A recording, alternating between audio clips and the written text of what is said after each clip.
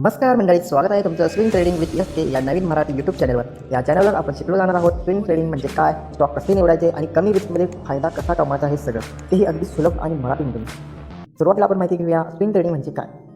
Swing trading म्हणजे एक अशी ट्रेडिंग स्टाईल आहे जिथे आपण शेअर्स काही दिवस किंवा काही आठवड्यापर्यंत होल्ड करतो. ह्याचं उद्दिष्ट असतं की स्विंग मुवमेंट म्हणजे किंमत वाढीच्या व घसरणीच्या लाटा ओळखून त्यातून नफा कमावणं. यामध्ये डेली ट्रेडिंगसारखा तणाव नाही, लॉंग टर्म इन्व्हेस्टमेंटसारखी वाट बघणंही नाही. म्हणूनच हे आहे स्मार्ट आणि strategic trading.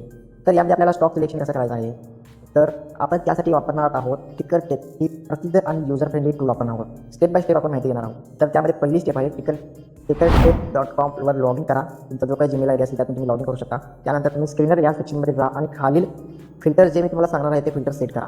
Step 2 filter set करा. टिकरटेपवर पोहोचल्यानंतर आपण 4 महत्त्वाचे फिल्टर सेट करणार आहोत.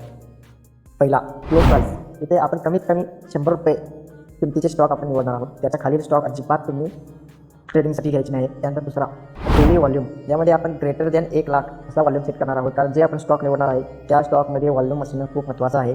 त्यानंतर तिसरा पर्सेंटेज अवे फ्रॉम 52 वीक हाय. याच्यामध्ये आपण 5 ते 15% ठेवायचं आहे. म्हणजे जे स्टॉक आपल्या 52 वीकपासून 5 ते 15% हायला असतील ते स्टॉक आपल्याला मिळून जातील.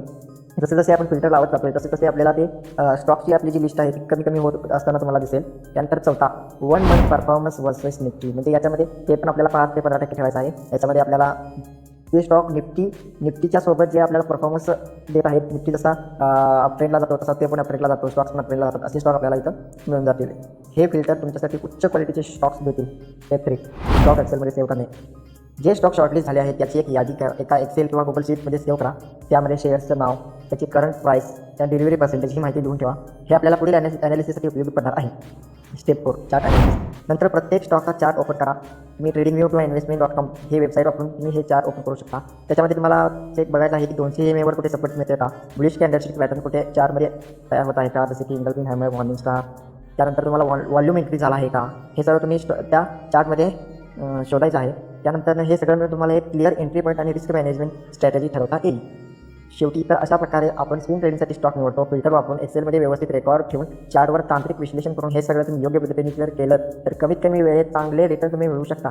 जर तुम्हाला हा व्हिडिओ आवडला असेल तर नक्की लाईक, शेअर आणि सबस्क्राईब करा स्विंग विथ एस के या यूट्यूब चॅनलला. पुढच्या भागात आपण बघणार आहोत बेस्ट एंट्री टाईम आणि स्विंग एक्झिट स्ट्रॅटेजी. पाहता. धन्यवाद.